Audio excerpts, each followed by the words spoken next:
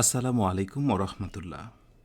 তোমরা কেমন আছো সবাই? আশা করি অনেক ভালো আছো। ইংলিশ মজার আজকের আয়োজনে তোমাদের সবাইকে অভিনন্দন। শুক্রিয়া মহান আল্লাহর কাছে, আলহামদুলিল্লাহ আমি আরও একটি নতুন লাইভে অ্যাটেন্ড হতে পেরেছি।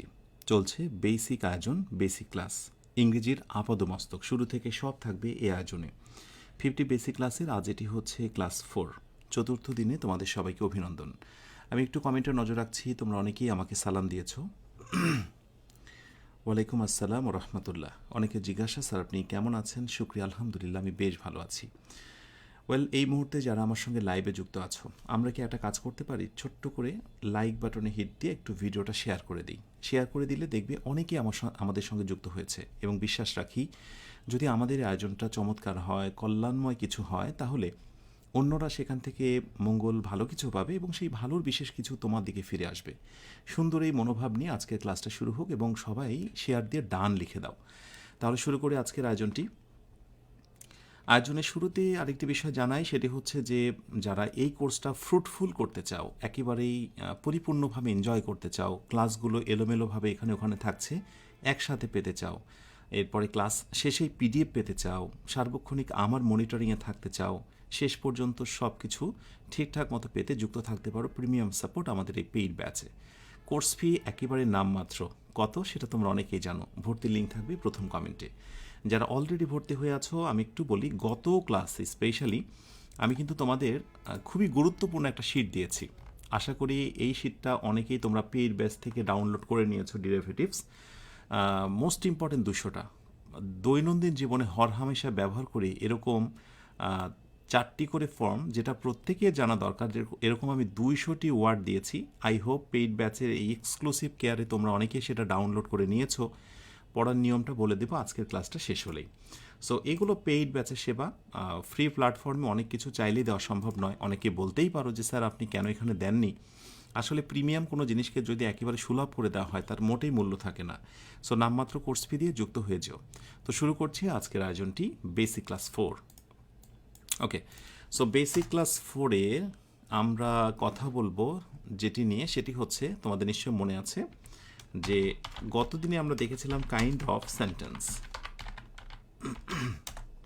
আমি যদি বলি যে সেন্টেন্স কত প্রকার, নিশ্চয়ই মনে আছে তোমাদের। কাইন্ডস অফ সেন্টেন্সেস, ইয়েস, 5 প্রকার: অ্যাসার্টিভ, ইন্টারোগেটিভ, ইম্পারেটিভ, অপটেটিভ এবং exclamatory. Assertive, interrogative, imperative, optative এবং এক্সক্লেমেটরি। আই হোপ তোমাদের মনে রয়েছে।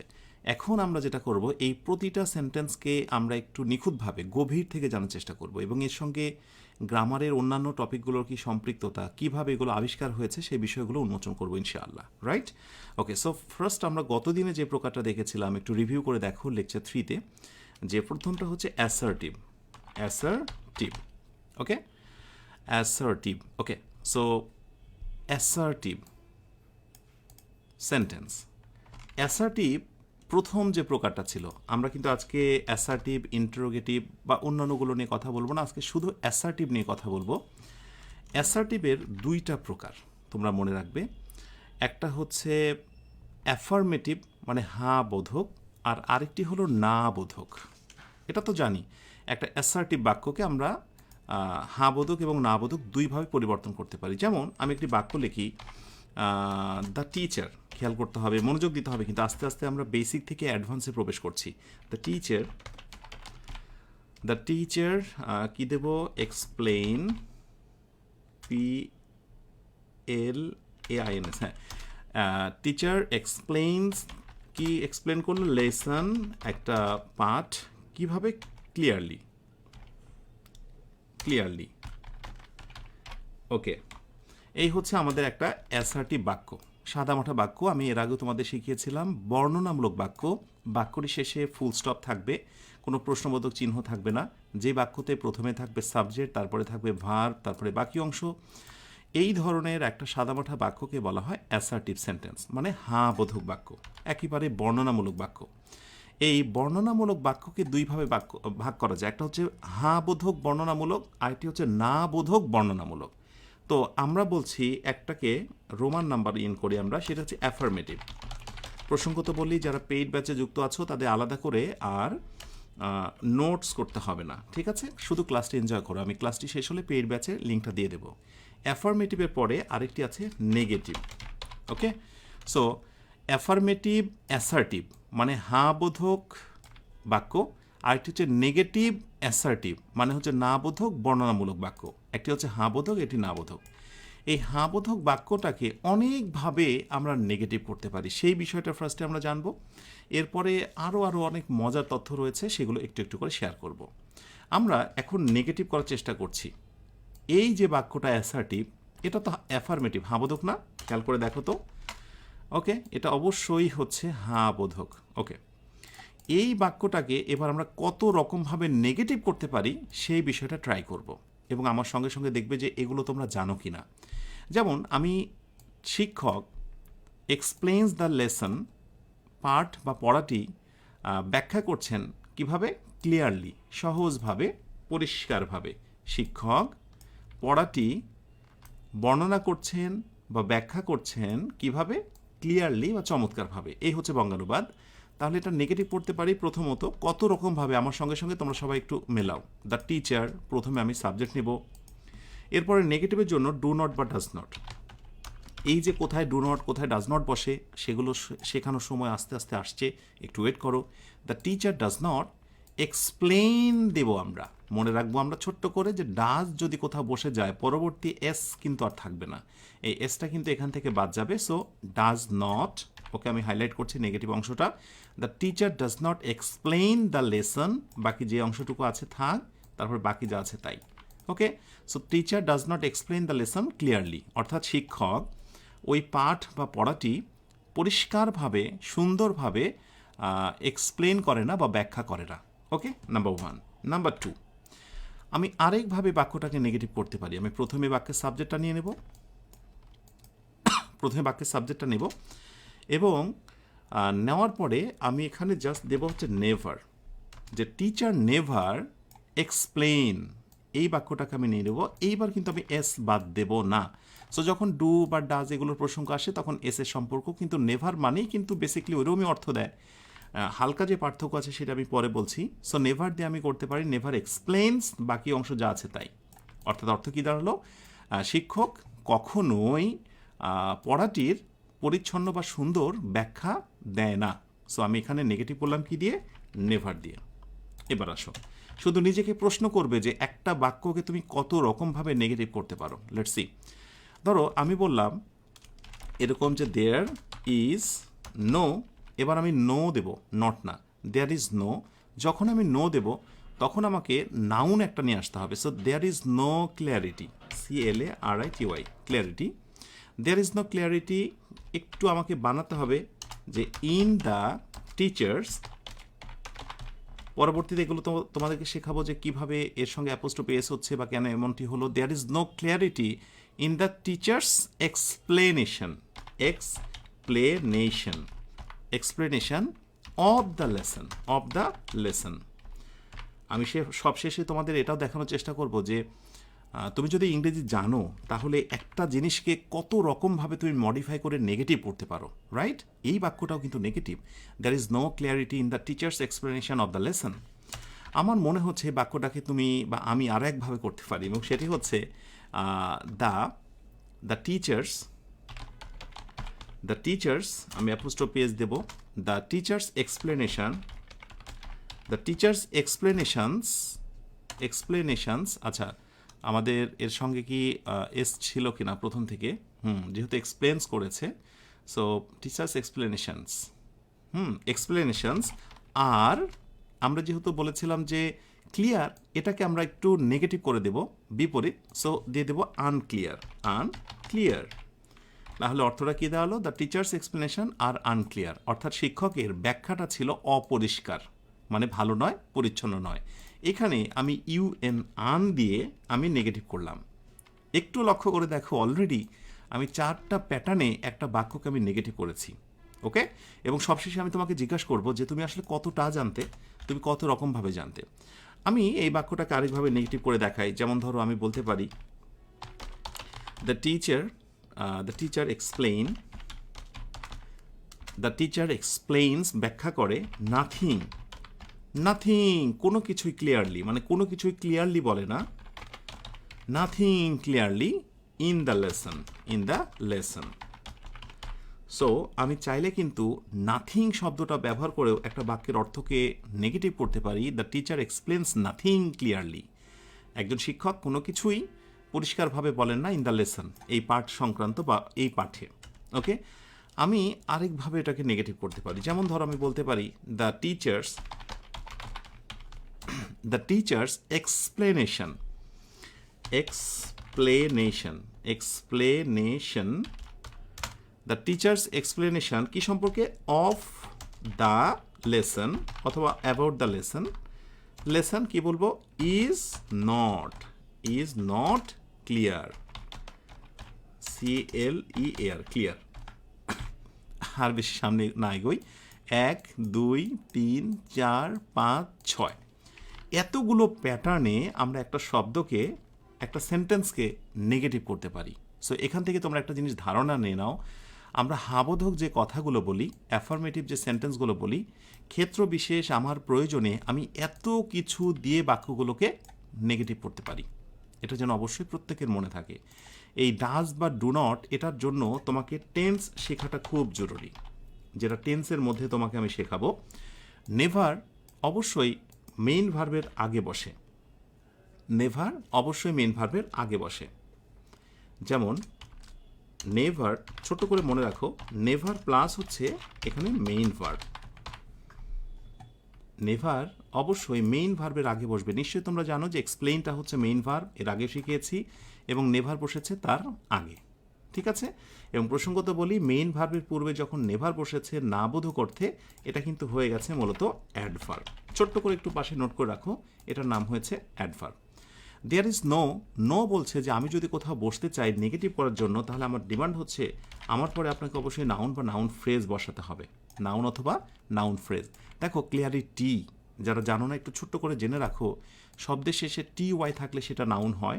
ক্লিয়ারিটি, সেন্সিবিলিটি, ওকে, শব্দগুলো নাউন, এবং নাউনের পূর্বে কি বসেছে? নো বসেছে। যদি কখনো নাউনের পূর্বে নো বসে, তো নো বলছে কষ্ট করে আমার নাম তোমরা দিয়ে দিও অ্যাডজেক্টিভ। অনেক সময় অবশ্যই এটাকে কেউ কেউ বলছে যে এটার নাম হচ্ছে ডিটারমিনার, শর্টকাটে আমি ছোট্ট করে লিখে রাখলাম। এই সংক্রান্ত বিস্তারিত বিষয়গুলো আমি ইনশাআল্লাহ তোমাদের পরে শেখাবো। ওকে, আচ্ছা, আমার সঙ্গে এই মুহূর্তে যারা যুক্ত আছো তারা হয়তো অনেকেই এরকম মনে হতে পারে যে স্যার এত তথ্য এত কিছু মনে রাখবো কীভাবে? আসলে এটা একটা পূর্ণাঙ্গ আয়োজন হচ্ছে, আমি সব কিছুই তোমাদের দেবো। তোমাদের কাজ হচ্ছে এগুলো জাস্ট নোট করে রাখা, এবং তোমাদের জীবনের জন্য এই আমি 1 থেকে 150, মানে 1 থেকে 50 পর্যন্ত যে ক্লাসগুলো নেব, সেটা যে কতটা গুরুত্বপূর্ণ, কত তথ্যবহুল, এটা সব শেষে অবশ্যই বুঝবে। দ্য টিচার্স, TEA, মাঝে মাঝে দু একটা বানান মিসিং হয়েছে আমার, the teacher explanations are unclear. এই যে UN, যখন রুট ওয়ার্ডের সাথে আমরা কোনো কিছু যুক্ত করি নেগেটিভ করার জন্য, যেমন ধরো আন, তারপরে হচ্ছে প্র্যাকটিক্যাল, ইমপ্র্যাকটিক্যাল, নেসেসারি, আননেসেসারি, এরকম বলি না? এই যে শব্দের শুরুতে মূলত রুট ওয়ার্ড, যেটাকে আমরা বলি হচ্ছে মেন ওয়ার্ড, মেন ওয়ার্ডটা হচ্ছে ক্লিয়ার। ওকে, এই মেন ওয়ার্ডের শুরুতে আমরা যখন কোনো শব্দ বসে হাবোধক বা নাবোধক করে ফেলি, এই শব্দগুলোকে বলা হয় প্রিফিক্স। এই শব্দগুলোকে কি বলা হয়? প্রিফিক্স বলা হয়। ওকে, এখন অনেকের মনে হতে পারে স্যার আপনি সেন্টেন্স শেখাচ্ছেন নাকি অন্য কিছু? দেখো, শেখাটা হচ্ছে এটাই যে তুমি যখন কোনো লেসন শিখবে, ওর সঙ্গে টাচ বা ওর সঙ্গে রিলেশন রয়েছে এমন সব কিছুই কিন্তু তোমাকে শিখতে হবে। তাতে করে যেটা হবে, পরবর্তীতে এই জিনিসটাই তুমি যখন দেখবে তখন কিন্তু তোমার বুঝতে কষ্ট হবে না। ঝটপট করে ক্লাসের এই মোমেন্টে কাছের একজন বন্ধুকে এই ক্লাসটি একটু মেনশন করে দাও তো। আমরা খুব অল্প সময়ের ভেতরে আমরা 1K প্লাস আমার বন্ধুদেরকে এই সাথে দেখতে চাই। এরপরে আসো, দ্য টিচার এক্সপ্লেইনস নাথিং। নাথিংটা বেসিক্যালি যখন আমরা কোনো কিছু পজিটিভ বলি, যেমন ধরো এনিথিং, এনিথিং, এই এনিথিং টাইপের জিনিসকে আমরা নেগেটিভ করার জন্য নাথিং ইউজ করি। ঠিক আছে? সো এনিথিংয়ের নেগেটিভ হচ্ছে নাথিং। ওকে, আরেকটি বিষয় হচ্ছে যেটা হলো তোমার, সরি এখানে একটু, এবং তোমাদেরকে আমি এক্ষুনি দেখাবো যে বড় বড় প্রতিযোগিতামূলক পরীক্ষাতে এই প্রশ্নগুলো জাস্ট কিভাবে আসে। এরপরে হচ্ছে নট দিয়ে, এবং সেটা কার পূর্বে বসেছে? অ্যাডজেক্টিভের পূর্বে। সো মনে রাখতে হবে যে নট প্লাস অ্যাডজেক্টিভ, এই মোমেন্টেও কিন্তু নটটা বসতে দেখা যায়, যেমন আর নট, ইজ নট, এরপরে হচ্ছে অ্যাডজেক্টিভ। তো যখন অ্যাজেক্টিভের পূর্বে নট বসে যায় তখন সেটা কিন্তু হয়ে যায় অ্যাডভার্ব। কি হয়ে যায়? অ্যাডভার্ব হয়ে যায়। ব্যাস, এখন তোমরা হয়তো মনে করতে পারো কি শিখলাম এখান থেকে, কি হবে?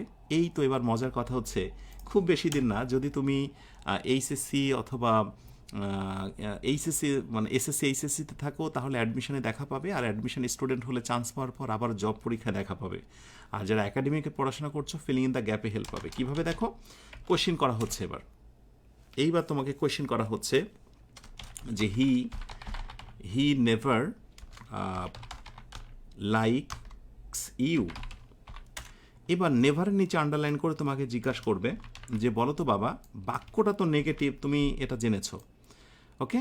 সো এখন প্রশ্ন করা হচ্ছে এটা কি অপশান এ অ্যাসার্টিভ নাকি ইন্টারোগেটিভ নাকি ইম্পারেটিভ? তো আমি শিওর তুমি খুব জোরসে বলবে যে স্যার যতই নেগেটিভ থাকুক ওকে, কিন্তু বাক্যটা হচ্ছে assertive. Fine, so it's assertive, আমি লিখে দিচ্ছি অ্যাসার্টিভ। কিন্তু নেক্সট যে প্রশ্নটা করা হবে, নেভার নিচে আন্ডারলাইন করে অপশানে জিজ্ঞাসা করবে যে বলো তো বাবা এটা কি নাউন, এটা কি ভার্ব, অপশান সি এটা হচ্ছে অ্যাডভার্ব, অপশান ডি এটা হচ্ছে অ্যাজেক্টিভ। এরকম 4টা করে অপশান দেওয়া থাকবে। আন্ডারলাইন করা, বোল্ড করা শব্দটির নাম কি? আমার মনে হয় এবার যারা ক্লাসে ন্যূনতম মনোযোগ রেখেছিলে তারা পারবে। ধরো হতে পারে এই প্রশ্নটা তোমাকে করে ফেললো যে there is no possibility. There is no possibility, এই নো এর নিচে আন্ডারলাইন করে জাস্ট তোমাকে সেই অপশানগুলোই আবার দিয়ে দিচ্ছে, ওকে? যে বলো দেখি এইটার নাম কি। আরেকটি টেস্ট তোমাকে দিচ্ছে এবং সেখানে বলছে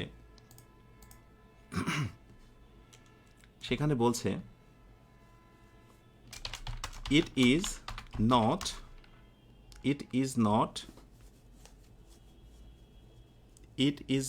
helpful. It is not helpful. So নটের নিচে আন্ডারলাইন করছে এবং তারপরে বলছে যে এইটার নাম কি, নাউন, ভার্ব, অ্যাডজেক্টিভ এবং অ্যাডভার্ব। আমার বিশ্বাস আমার ক্লাসে যদি তোমাদের ন্যূনতম মনোযোগ থাকে তাহলে আমার বিশ্বাস অনেক আত্মবিশ্বাসের সঙ্গে তুমি আনসারগুলো করতে পারবে। এবং মনে রেখো, বিশ্বাস রেখো যে এই প্রশ্নগুলোই প্রতিযোগিতামূলক বড় বড় পরীক্ষাগুলোতে আসে। হয়তো বা সেন্টেন্স এটা থাকবে না, বাট ফর্মুলা বা রুলসটা কিন্তু হচ্ছে সেম। ইয়েস, সো একটু আগে আমরা জেনেছি নেভার, ওকে, এই হচ্ছে নেভার। নেভারের পরে যদি থাকে মেইন ভার্ব, এই যে মেইন ভার্ব, ইয়েস, সো এই নেভারটার নাম হলো অ্যাডভার্ব, রাইট? যারা বুঝে শুনে আনসার দিয়েছো তোমাদের প্রত্যেককে অভিনন্দন, ওকে? অ্যান্ড নাম্বার নেক্সট হচ্ছে there is no possibility. So আমরা একটু আগে দেখেছি কি, দেখি নো এটা অ্যাডজেক্টিভ হতে পারে, ডিটারমিনারও হতে পারে যদি তারপরে নাউন থাকে, পসিবিলিটি, রাইট? টি ওয়াই থাকলে কিন্তু নাউন হয়, অলরেডি আমি একবার বলেছি। সো এইখানে নোটাকে আমরা বলবো adjective, okay? And next number হচ্ছে it is not helpful. Be ভার্বের পরে নট এবং অ্যাডজেক্টিভ, তুমি খেয়াল করে দেখো, এই হচ্ছে নট এবং এই হচ্ছে হেল্পফুল, হেল্পফুল হচ্ছে অ্যাডজেক্টিভ। অতএব অ্যাডজেক্টিভের পূর্বে যখন নট বসেছে ইটস অ্যান অ্যাডভার্ব।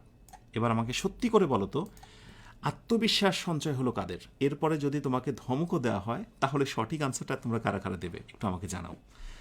এই হচ্ছে মূলত লার্নিং, তুমি যা শিখছো সেই শেখার সঙ্গে এগুলো হচ্ছে সম্পৃক্ততা। এবার আমরা যে সেন্টেন্সটা নিয়ে কথা বলছিলাম সেটা কোনটা বলো তো? সেটা হচ্ছে the teachers explains the lesson clearly. এই বাক্যটাকে, অ্যাসার্টিভ এই বাক্যটাকে আমি টেনে নিয়ে আসবো, ওকে, নিয়ে আসলাম। এখন একটা মজার বিষয় দেখো, গ্রামাটিক্যাল ফ্যাক্ট খুব ভালো করে বোঝার চেষ্টা করো। আমরা কিন্তু সেন্টেন্সের প্রধান প্রকারের মধ্যে রয়েছি। এখন এই বাক্যটাকে আমি একটু অন্যভাবে লিখব, সেটা হচ্ছে নেভার এগেন, AGN এগেন। নেভারের সঙ্গে AGAIN, নেভার এগেন, নেভারের সঙ্গে আমি একটা এগেইন লাগাবো, ওকে? যদি কোনো বাক্যতে আমি এই নেভার এগেন লাগাই, অথবা এই জাতীয় আরও অনেকগুলো শব্দ যেগুলোকে বলা হয় নেগেটিভ অ্যাডভার্ব, কি বলা হয়? Negative adverb. এগুলো আমি তোমাকে দেখাবো। তার ভিতরে একটা হচ্ছে নেভার এগেন। যদি কোনো সেন্টেন্সের শুরুতে থাকে তাহলে বলছে যে আমি সেখানে শুধু একা একা বসি না, আমি সেখানে ওই টেন্সের একটা অক্সিলারি ভার্বকে সাথে নিয়ে আসি, এবং তারপরে হচ্ছে আমি সাবজেক্ট বসাই এবং তারপরে আমি মেইন ভার্ব বসাই, মানে যেটা আছে, এবং তারপরে এক্সটেনশন বা বাকি অংশ, বাট সবার শেষে হচ্ছে ফুল স্টপ। ঠান্ডা মেজাজে বোঝার চেষ্টা করো। আমি এই বাক্যটাকে এবার এইভাবে লিখব, খেয়াল করো। এটা হচ্ছে আমার স্ট্রাকচার। সো স্ট্রাকচারের কালারটা আমি একটু অন্য কালার করে দিই। এবার আমি শুরুতেই দিচ্ছি, কি দেব বলো তো? আমি দেব হচ্ছে,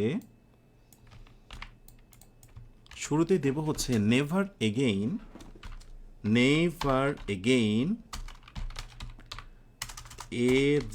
নেভার এগেইন, কখনোই আর দ্য টিচার নেব, এক্সপ্লেইনস আমি নেব, কিন্তু আমার সূত্র এবার আমি খেয়াল করব, নেভার এগেন যদি আমি কোনো বাক্যের শুরুতে নিই, তারপরে যদি আমি সাবজেক্ট নিয়ে আসি, আমি সাবজেক্ট নিয়ে আসব, কিন্তু তার আগে অক্সিলারি ভার্ব নিয়ে আসতে হবে। যারা জানো মোটামুটি তারা এটুকু জানো যে এক্সপ্লেইনস মানে হলো প্রেজেন্ট ইনডিফিনিট টেন্স। এখানে লুকোনো আছে ডু অথবা হচ্ছে ডাজ। যেহেতু এস আছে তার মানে এটা মূলত ডাজ ধরে নিতে হবে। তাহলে আমরা যেটা করব, নেভার এগেন ডাজ, আমরা never again does auxiliary verb নেব, ওকে নিলাম। এরপর আমরা একটা সাবজেক্ট নেব, আমরা নিলাম। এরপরে মেন ভার্ব নেব এক্সপ্লেইন, যেহেতু ডাজ ইউজ করেছি, এর আগেও বলেছি এস বাই এস চলে এসছে, অতএব এস এখানে থাকবে না, এক্সপ্লেইন। এরপরে বাকি যা আছে তাই। এইবার একটা মজার কথা দেখো, একটু অল্প সময়ের জন্য এই দুইটা বাক্যের দিকে একটু তাকিয়ে দেখো। The teacher explains the lesson clearly, আর পরেরটা বলছে যে never again does the teacher explain the lesson clearly. এই বাক্যটাকে আমি নেগেটিভ করেছি, নেগেটিভ করছি না, কিন্তু নেগেটিভের ধরনটা একটু আলাদা হয়েছে। সো এই যে ধরনটা দেখলে, যে ধরনে তোমার অক্সিলারি ভার্ব চলে আসে সাবজেক্টের আগে, বিশেষ কিছু শব্দের সমন্বয়, শব্দগুলো আমি তোমাদের শেখাবো। অনেকগুলো শব্দ আছে, নট আনটিল, নেভার এগেন, হচ্ছে এই টাইপের যে শব্দগুলো আছে, সেইগুলো যদি কোনো বাক্যের শুরুতে বসে, অক্সিলারি ভার্বের পরে বসে সাবজেক্ট এবং তারপরে মেইন ভার্ব, এটা হচ্ছে একটা সূত্র, এটা মনে রেখো। যদি কখনো এমন কোনো একটি বাক্য গঠন হয়, তাহলে এই ধরনের বাক্যের নাম হচ্ছে ইনভার্সন। কি বলতো? ইনভার্সন। এই বাক্যের নাম হলো ইনভার্সন। এখন তোমরা একটা জিনিস ভেবে দেখো তো, আমার সঙ্গে যারা মোটামুটি ইংরেজি জানো, আমার সঙ্গে যুক্ত হয়েছো, তারা বলো তো, ইনভার্সন এই টপিকটা তোমরা কিন্তু সেন্টেন্স পড়তে যেয়ে শেখো না, পার্টস অফ স্পিচ শিখতে যেও শেখো না, টেন্স শিখতে যেও শেখো না। এই ইনভার্সন জিনিসটাকে তোমাকে শেখানো হয় একেবারে সম্পূর্ণ আলাদা লেভেলে, অন্য একটা সময়, যার কারণে তুমি দেখে এটা অবাক হয়ে যাও। কিন্তু মনে রেখো, ইনভার্সন এই জিনিসটা জন্মই হয়েছে অ্যাসার্টিভ সেন্টেন্সটাকে বিশেষ জোর দিয়ে অর্থ প্রকাশের জন্য। তার মানে বিষয়টা হচ্ছে যে আমরা নতুন নতুন গ্রামারের যে শব্দগুলো দেখি, সেগুলো কিন্তু নতুন না, এগুলো পুরনো, শেখানো হয়নি, তাই আসলে মূলত কঠিন লাগে। এবারে একটু একটু করে আমরা একটু সামনে আগাই। এখানে কি দেখলাম? ইনভার্সন দেখলাম, রাইট? এবার আসো, the teacher explains the lesson carefully. আমি বাক্যটাকে আবার টেনে নিয়ে আসলাম, ওকে। দ্য টিচার এবং তারপরে এস হয়েছে। মনে রেখো, যদি কোনোভাবে আমি একটু খেয়াল করো, যদি টিচারে যাতে টিচার্স দিতাম, তাহলে আমি এক্সপ্লেনের সঙ্গে এস দিতে পারতাম না। দয়া করে সাবজেক্ট সিঙ্গুলার, ভার্বটা হচ্ছে সিঙ্গুলার, সাবজেক্ট প্লুরাল, ভার্ব হচ্ছে প্লুরাল। ছোট্ট এই সূত্রটা মনে রেখো। সাবজেক্ট অনুযায়ী ভার্বের যে পরিবর্তন, ভার্বের যে মিথস্ক্রিয়া, ভার্বের যে সম্পৃক্ততা, সাবজেক্টের সঙ্গে ভার্বের যে মিল বন্ধন, আমি একটু সহজ করে যদি বলি, দ্য টিচার ইজ, কথার কথা, সিঙ্গুলার, ভার্ব সিঙ্গুলার। কিন্তু যদি বলি টিচার্স, এটা হচ্ছে প্লুরাল, এবং ভার্বটা তখন হয়ে যাবে প্লুরাল। এই যে সাবজেক্টের সঙ্গে ভার্বের যে মিথস্ক্রিয়া বা যে সম্পর্ক, এইটাকেই বলা হয় কি বলতো? বুঝতে পেরেছো কারা? রাইট, এটাকে বলা হয় সাবজেক্ট, তারপরে হচ্ছে ভার্ব, এগ্রিমেন্ট মানে চুক্তি, এটাকে বলা হয় এগ্রিমেন্ট, এটাকে বলা হয় সাবজেক্ট ভার্ব এগ্রিমেন্ট। সাবজেক্টের সঙ্গে ভার্বের যে সম্পর্ক, তো দেখবে যে এই জায়গাটা একটা হাইফেন দেওয়া থাকে। তাহলে আমরা অ্যাসার্টিভ একটা সেন্টেন্স পড়তে এসে তার নেগেটিভ দেখেছি, আমরা ইনভার্সন নামক নতুন একটা টপিকের সঙ্গে পরিচিত হলাম, আমরা দেখলাম সাবজেক্টের সঙ্গে ভার্বের যে সম্পর্ক গ্রামারের ভাষায়, সেটাকে বলা হয় সাবজেক্ট ভার্ব এগ্রিমেন্ট, রাইট? আমরা আর একটু সামনে এগোই। যেমন এই বাক্যটার কথাই বলি, এই বাক্যটাতে দেখা যাচ্ছে যে সাবজেক্ট এইটা হওয়ার কারণে ভার্বের সঙ্গে এস হয়েছে না? এই যে ভার্বের সঙ্গে এস হয়েছে, কোনো কোনো সময় দেখবে যে এক্সপ্লেইনড ইডি আছে, রাইট? কোনো কোনো সময় দেখবে আইএনজি আছে, রাইট? এই যে ভার্বের সাথে পরিবর্তনগুলো এস বাই এস ইডি যুক্ত হওয়ার যে পরিবর্তন সেটার নামই হচ্ছে টেন্স। এই টেন্স নিয়ে আমরা বিশদ আলোচনা করব। শুধু ছোট্ট করে শুনে রাখো যে টেন্স নামক একটা জিনিস ইংরেজিতে রয়েছে, রাইট? আমরা যদি আরেকটু সামনে এগোই তাহলে একটা মজার জিনিস দেখবো, the teacher explains the lesson carefully. The teacher explain the lesson carefully. Okay, একটু সামনে এগোই। The teacher explains the lesson carefully, বা ক্লিয়ারলি। অর্থাৎ শিক্ষক পাঠ বা পড়াটি সুন্দরভাবে স্বচ্ছভাবে ব্যাখ্যা করেন। এই যে ব্যাখ্যা করেন, ব্যাখ্যা করার ধরনটা কেমন বলো তো? ক্লিয়ারলি, চমৎকারভাবে। আমি এই বাক্যটায় যদি ক্লিয়ারলি না দিই তাও কিন্তু বাক্যটা হবে এক্সপ্লেন দ্য লেসন। লেসনটি আবৃত করে, লেসনটি সে ব্যাখ্যা করে, কিন্তু কিভাবে করে? ক্লিয়ারলি নাকি আনক্লিয়ারলি? তো তুমি বলছো ক্লিয়ারলি, তার মানে ভার্বের সম্পর্কে অতিরিক্ত যে চমৎকার তথ্যটি দিল এই বেচারা, রাইট? এইটার নাম হচ্ছে অ্যাডভার্ব, রাইট? অ্যাডভার্ব ভার্বের সঙ্গে সম্পৃক্ত। অ্যাডভার্বের অন্য নাম হচ্ছে মডিফায়ার, FIER।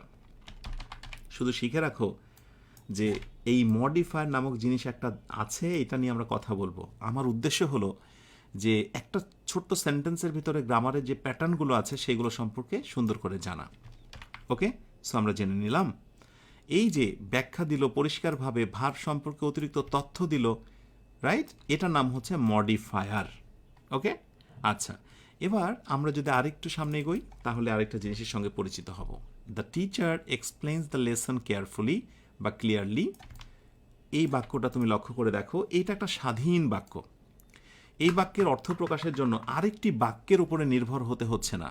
হচ্ছে কি না, এটা একটা স্বাধীন বাক্য।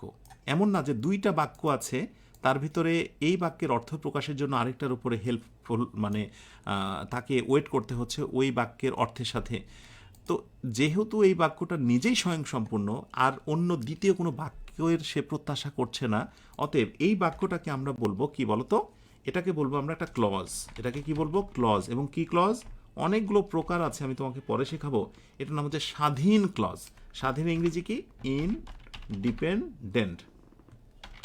ইনডিপেন্ডেন্ট, অথবা আমি অন্য কথায় বলতে পারি এটা হচ্ছে মেইন ক্লজ, অথবা বলতে পারি প্রিন্সিপাল ক্লজ। তার মানে একটা সিঙ্গেল বাক্য একটা ক্লজ, একটা সিঙ্গেল বাক্য, সেটাকে আমরা বলবো ইনডিপেন্ডেন্ট ক্লজ বা স্বাধীন ক্লজ অথবা মেইন ক্লজ। তার মানে অ্যাসার্টিভ একটা সেন্টেন্স, যেটা নিয়ে আমরা আজকের আলোচনা শুরু করেছিলাম, সেখানে ক্লজ নামের একটা গ্রামারের বিষয় লুকিয়ে আছে। অথচ এই কথাটি আমরা বেসিক একজন লার্নারকে বলি না, আর বলি না বলেই একটা সময় সেই টপিকটা দেখার পরে অনেক বেশি ভয় পেয়ে যায়। এবার একটা মজার কথা শুনবে। এই যে আমরা বিশেষ কৌশল খেয়াল করো, STRUCTUR, স্ট্রাকচার। আমরা সাবজেক্ট দিয়েছি, আমরা নিয়ম মেনে তারপরে ভার্ব দিয়েছি, এরপরে আমরা গত 1-2 লেসনে শিখেছি, এরপরে অবজেক্ট বসেছে, অবজেক্টে পরে আরও এক্সটেনশন হতে পারে, সেটা অ্যাডভার্ব বা অন্য কিছু। এই যে বিশেষ নিয়ম অনুযায়ী আমরা সাজিয়েছি, এটাকে কি বলা যেতে পারে বলো তো? এগুলো কি বলতো? এক একটা ওয়ার্ড না, এটা একটা ওয়ার্ড, এটা একটা ওয়ার্ড, এটা একটা ওয়ার্ড। ইংরেজি গ্রামারের বিশেষ নিয়ম ফলো করে আমরা যে একটা সেন্টেন্স সাজাই, একটা ওয়ার্ড নিয়ম ফলো করে ইংরেজি গ্রামারে, সেই জিনিসটাকে কি বলা হয় জানো? দেখি, হু ক্যান সে, কে পারো বলতে? দেখি, বিশেষ কৌশল, বিশেষ নিয়ম মেনে ইংরেজি সেন্টেন্সের যে ওয়ার্ডগুলোকে সাজাই গ্রামারের ভাষায়, তাকে কি বলা হয়? একটু পজ দিয়ে ট্রাই করতে পারো। সেন্টেক্স। তার নাম হচ্ছে সেন্টেক্স, অর্থাৎ বাক্যতত্ত্ব, রাইট? সেন্টেক্স মানে হচ্ছে is equal to sentence building. আমি অন্য কথায় বলতে পারি ওয়ার্ড, ছোট্ট করে অর্ডার, কোন ওয়ার্ডের পরে কোন ওয়ার্ড বসবে সেটির নাম হচ্ছে সিনট্যাক্স। এবং শুধু তাই না, এই যে সাবজেক্ট, ভার্ব, গ্রামারের যত কিছু আলোচ্য বিষয় আছে বাক্যে যারাই ব্যবহার হয়, এই সবগুলোর আলোচনার বিষয় নামই হচ্ছে syntax, right?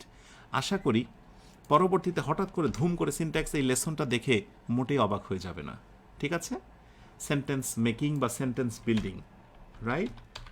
Sentence, TENC, sentence building.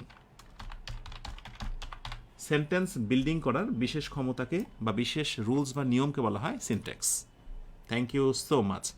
আশা করি প্রত্যেকে বুঝেছো যে ইংরেজির এই লেসনগুলো বেসিক্যালি হচ্ছে একে অপরের সঙ্গে সম্পৃক্ত। তাহলে একটা জিনিস আমরা একটু জেনে দেখি, যদিও আমরা সেন্টেন্স এখন পড়ছি, কি পড়ছি বলো তো? সেন্টেন্স।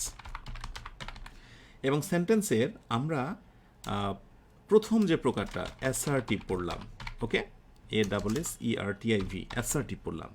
এবং অ্যাসার্টিভের দুইটা প্রকার আমরা দেখেছি, অ্যাফার্মেটিভ এবং নেগেটিভ। এই অ্যাফার্মেটিভ এবং নেগেটিভ, হাবোধক এবং নাবোধক,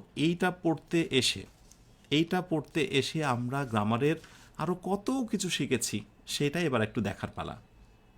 একটু দেখি আমরা কি কি শিখলাম। আমরা সিনটেক্স কাকে বলে শিখেছি, আমরা ক্লজ দেখেছি, আমরা মডিফায়ার কি, মোটামুটি টাস্ক নিয়েছি, টেন্স নামের একটা গ্রামারের জিনিস রয়েছে জেনেছি, সাবজেক্ট ভার্ব এগ্রিমেন্ট রয়েছে জেনেছি, ইনভার্সনের প্রাথমিক একটা ধারণা নিয়েছি না? ওকে, কিন্তু আমরা কি শিখছিলাম বলো তো? আমরা তো সেন্টেন্স শিখছিলাম না? রাইট। এবং যখনই এই জিনিসগুলো তোমাদেরকে শেখানো হয়, সেটা যদি আসলে ধরে ধরে শেখানো হয়, তাহলে এই টপিকগুলো, লেসনগুলো তোমার কাছে কখনোই অবাক হওয়ার মতো কোনো লেসন মনে হবে না। ওকে, আজকের আলোচনাটা খুব বেশি লম্বা করব না, ছোট্ট করে। আচ্ছা, দয়া করে কেউ আসলে অযথা কোনো কমেন্ট না করার জন্য বলা হচ্ছে, কারণ অন্যের জন্য ডিস্টার্ব হচ্ছে। আলোচনা আজকে দ্রুত শেষ করব ছোট্ট করে একটা টেস্ট দিয়ে। টেস্টটা হচ্ছে, দেখি তোমরা কারা কারা সেটা ধরতে পারছো। ঠিক আছে, গেট রেডি। সো আমি বাক্যটা দিচ্ছি,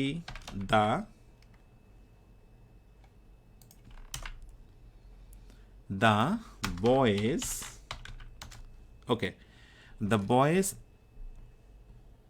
ডিমান্ড, অর্থাৎ বালকদের চাহিদা, অ্যাবাউট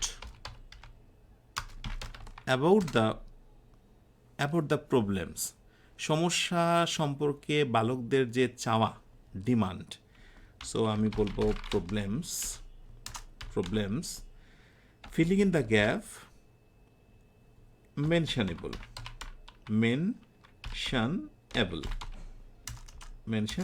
ABLE, ঠিক এই ফিলিং ইন দ্য গ্যাপে আমি কি ভার বসাবো? অপশান এ আমি কি ইজ নেব, অপশান বি আমি আর নেব। ঝড়ো গতিতে ঝটপট করে জানাও দেখি। তোমাদের সময় শুরু হয়েছে। The boys demand about the problem ... মেনশনেবল। প্রসঙ্গত বলি, এই বাক্যটি হচ্ছে অ্যাসার্টিভ, একেবারে বর্ণনামূলক একটি বাক্য। ওকে, আশা করি অবশ্যই তোমরা পারবে। বর্ণনামূলক একটি বাক্য। এই কোশ্চেনে আনসার দেওয়ার পর আমি নেক্সট কোশ্চেনে আসবো। ইয়েস, অনেকে রাইট আনসার দিয়েছ। দ্য বয়েজ ডিমান্ড, বালকদের চাহিদা, অ্যাবাউট দ্য প্রবলেমস। অনেকেই যারা কম বোঝে তারা যেটি করবে, যে প্রবলেমসের সঙ্গে এস রয়েছে, অতএব অনেকে আর দিয়ে ফেলবে। কিন্তু মনে রাখতে হবে, যখনই সাবজেক্ট কোথাও থাকে আর সাবজেক্টের সাথে যখন অ্যাপোস্ট্রফি এস থাকে, রাইট, এরপরে মূলত হেড ওয়ার্ড থাকে। কি থাকে? Head word. ছোট্ট করে জেনে রাখো, এই হচ্ছে আমার সাবজেক্ট। ওকে, সাবজেক্টের সঙ্গে হচ্ছে অ্যাপোস্ট্রফি এস, সো পরেরটা হচ্ছে আমার head word, right. So headword হচ্ছে মূল জিনিস, হেডওয়ার্ড অনুযায়ী কিন্তু ভার বসবে। আমার হেডওয়ার্ড হচ্ছে ডিমান্ড, চাহিদা, বালকদের চাহিদা, সমস্যা সংক্রান্ত যে চাহিদা সেটা উল্লেখ করার মতো।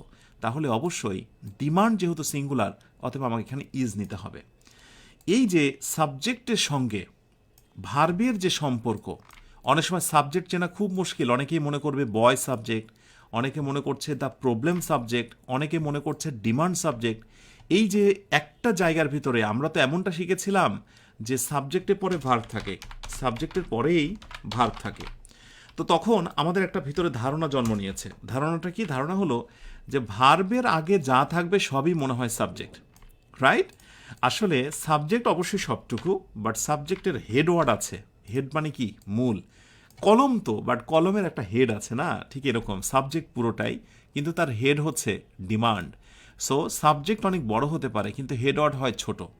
হেডওয়ার্ড চেনার নিয়মগুলো বিস্তারিত নিয়ে কথা বলবো একটা সময়। শুধু জানিয়ে রাখলাম, এই নামের একটা জিনিস ইংরেজিতে আছে। এবং তুমি যা জেনেছ যে সাবজেক্টের পরেই ভার্ব, এমন না, এই ভার্বের আগে আরও অনেক লম্বা একটা জিনিস থাকতে পারে। সো হেডওয়ার্ডটা যেহেতু হচ্ছে সিঙ্গুলার, তা আমি ভার্ব কি নিলাম? সিঙ্গুলার নিলাম। এই প্রশ্নটাই ঘুরিয়ে তোমাকে প্রতিযোগিতামূলক প্রশ্ন করতে পারে। খেয়াল করো, the boys demand about the problem is মেনশনেবল।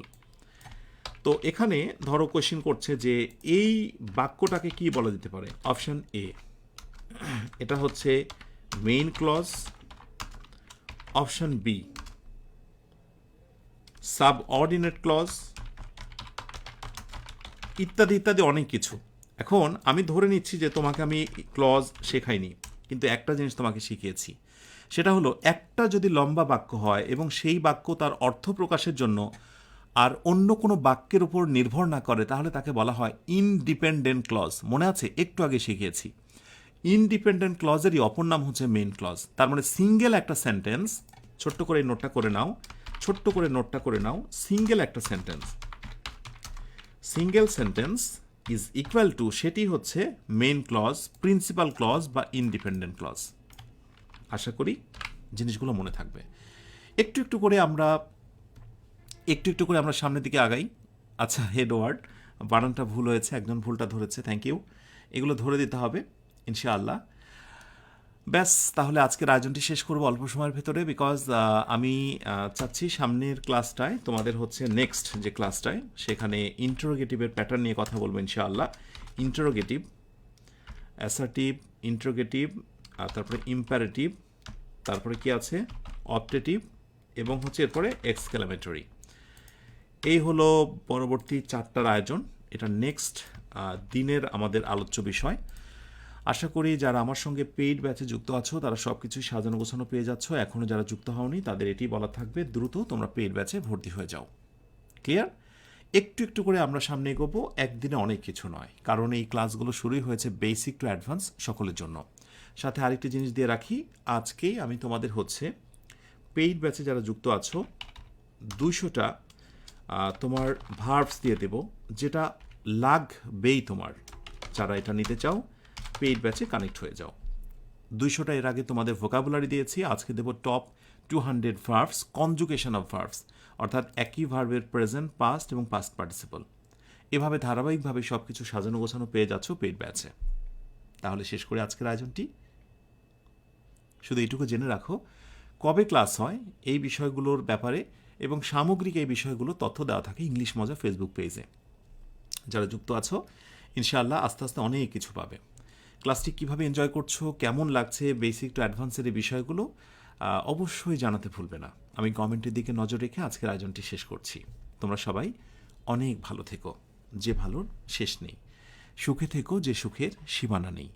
এই অনন্ত শান্তির চিরন্তন প্রত্যাশায় সবাইকে শুভরাত্রি। আসসালামু আলাইকুম ওয়া রাহমাতুল্লাহ।